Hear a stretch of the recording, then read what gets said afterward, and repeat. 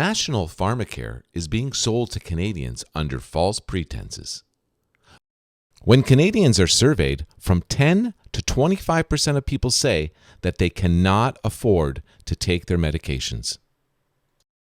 Advocates for national pharmacare have interpreted this to mean that millions of Canadians are not covered under any prescription drug plan. But is it true?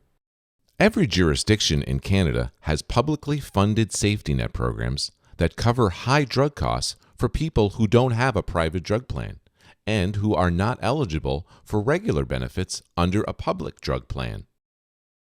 Of the 36.3 million people who lived in Canada in 2016, 23.2 million were covered under private drug plans.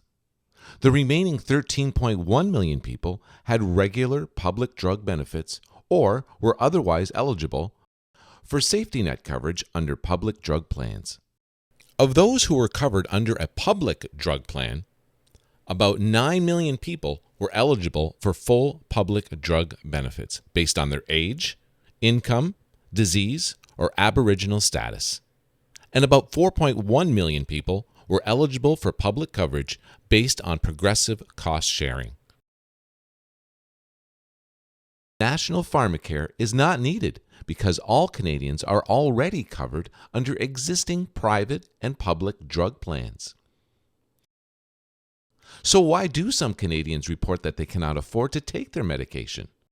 Cost sharing requires people to pay deductibles, co-payments, or premiums to be eligible for safety net public drug plan coverage. Cost sharing ranges from 0 to about 5% of income, depending on the person's province, income, and family size. About 60% of the people who are eligible for coverage by cost sharing have low to middle incomes. Maximum out-of-pocket costs start from about $300 per year for people at the low end of this income bracket, up to $2,000 for people at the high end. Another 30% have middle to upper incomes and maximum out-of-pocket costs that rise with income from $2,000 up to $6,000. Only 10% with the highest incomes face out-of-pocket costs greater than this.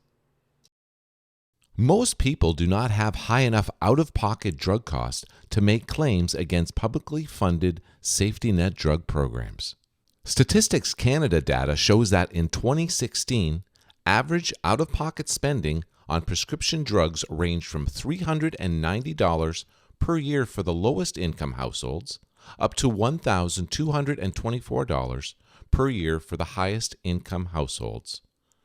But the cost burden declines as a percentage of income for wealthier people. Out-of-pocket prescription drug costs range from 3% of income for the poorest households down to 0.4% of income for the wealthiest households.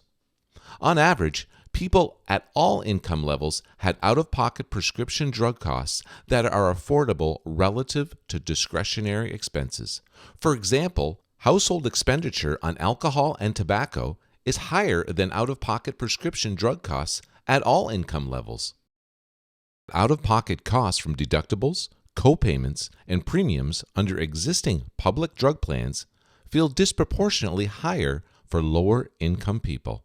It is much cheaper and easier to lower cost sharing under existing drug plans than to force all Canadians into a national pharmacare program.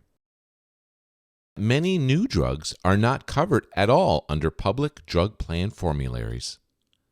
Patients who are prescribed these drugs must pay 100% of the cost out of pocket, even when the person is eligible for coverage under a public drug plan. National pharmacare is not a solution because it will not cover more drugs than public drug plans already do. The least expensive way to fix this problem is to simply expand the number of drugs covered in existing public plans.